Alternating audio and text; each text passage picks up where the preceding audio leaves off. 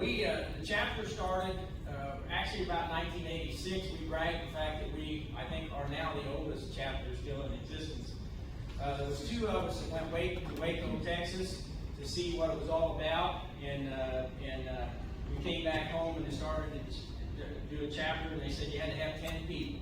And like I said, we had Fred and Doris Hedrick, we had Mike and Marion Painter, and Dr. Jim Anderson. They were all basically charter members, and we saw an ad in the trade planes how that started, and so we may go back and start doing something like that again, so that people can see and get an idea of where they can go.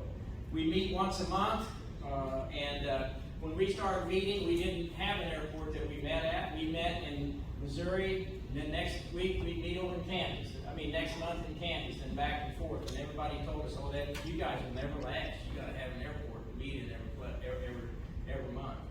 And but we met at different airports and had a lot of fun because a lot of us had to fly to that airport just to get to the meeting. Okay.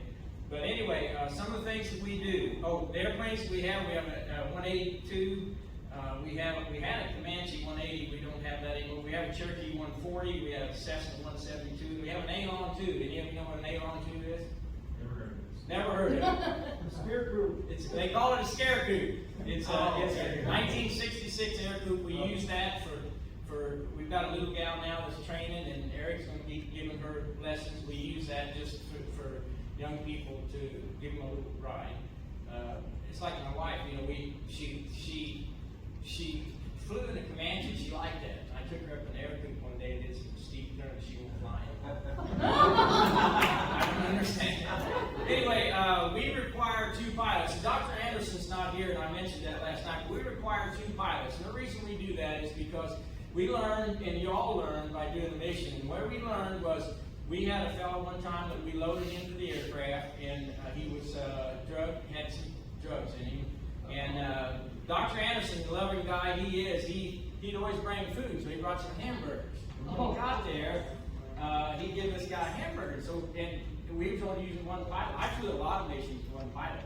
And so Jim was flying, and this guy started smearing the hamburgers all over the windows, and then smearing them on the back of his head, and putting his hands around his eyes. So we decided that's probably not a good idea to fly with 1 pilot. So we make it a point to fly with 2 pilots. Okay.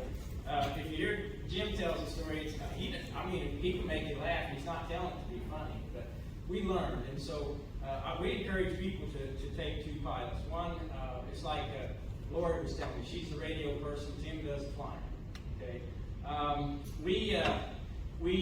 Here's some things that we do. We didn't do all these this year, but we do, of course, our flight mission mercy flights. We fly pastors, missionaries. One of the things we do, we work with a local group here that works with the wounded warriors. We brought wounded warriors up. Most of them are in wheelchair or have some sort of mobility problem. And they have a place down here in Heartland, Missouri, where they can take them out and take them fishing and hunting. And they do that, and so we work with them.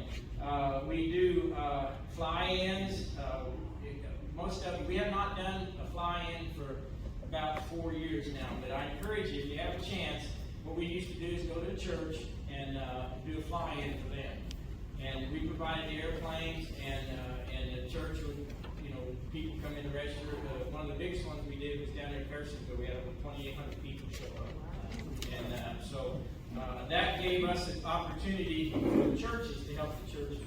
Anyway, we work with some of the local youth groups, and then I'll give you some. We're like most people. We've had some very memorable times when we've hauled people. One of them that always comes to mind with me is Matt Brewery, one of our members. He flew a heart transplant one time. Now think about this. When they said, wanted to know if we'd fly this patient, we said yes, we would. But we had to be on standby 24 hours a day. And we got a call at 3 o'clock in the morning. Matt and I went and got the airplane. Away we went, took the guy for a heart transplant. So that was, and you see these people, how they really appreciate what you're doing. And so, and be sure again to pray with them. 2020, we only did 5 flights due to the pandemic, and most of those were local. We provided One of the things we did do, we provided 2 airline tickets, one for military, one for a patient. We worked with Impact Ministries, and we provided food for over 200 people, and we just was a part of that. And again, we did the same thing so far this year. We're working with Impact Ministries to do the same thing.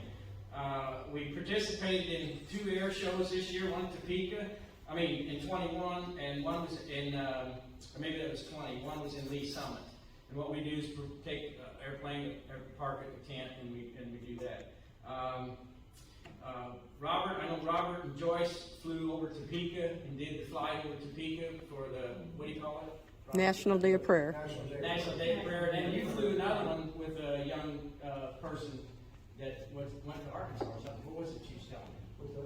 The other one you flew with, that lady had the little child that had a problem. What was the problem? I don't remember. We did do a kind of a mission mercy. Had a lady come and knock on my door. She said, "I know you're a pilot." I said, "Yes." She said, "Is there any way you could fly me to Gulf Shores, Alabama now?" I said, "Okay, what's the problem?" She said, "My daughter's there. She's 19 years old, and she just got beat up severely by her boyfriend." I said, "Let's go." So the tailwind that we had going to Gulf Shores, Alabama, we made it from Branson to Gulf Shores, Alabama in 2 hours and 58 minutes in the 182. And we were able to rescue her. We got her to a safe place over the phone, and then we're able to get down there and pick her up and bring her back to the area. And that's what we're about. That's what we're all about, and that's how we roll, right? Yeah. So, Thank you, Robert. Appreciate it. Gary, one thing you might remind everybody, keep Dr. Anderson in your prayers. Yeah. As his health. Okay. Hey, Robert. Yeah, we can do that today, or even this evening when everybody's here. Would be better to do it this evening when everybody's here? Okay. Because I'd like to have everybody hear that. Anyway, just to end, we did do a couple ground